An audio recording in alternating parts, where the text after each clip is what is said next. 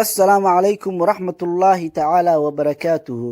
kulanti wacan oo wanaagsan daawadayaal, ku soo dhowaada muuqaal cusub.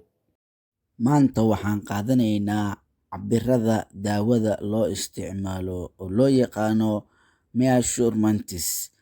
Waxaa lagu cabbiraa halbeegyada ugu caansan ee loo isticmaalo dhanka daawada.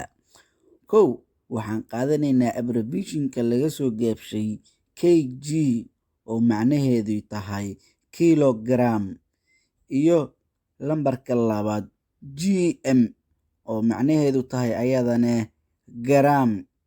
Lambar saddex mg oo macnaheedu tahay milligram. Lambar afar mcg oo macnaheedu tahay microgram. shan meq milliequivalent. lix l oo macnaheedu tahay liter. toddobo ml oo macnaheedu tahay milliliter. sideed ug oo macnaheedu tahay microgram.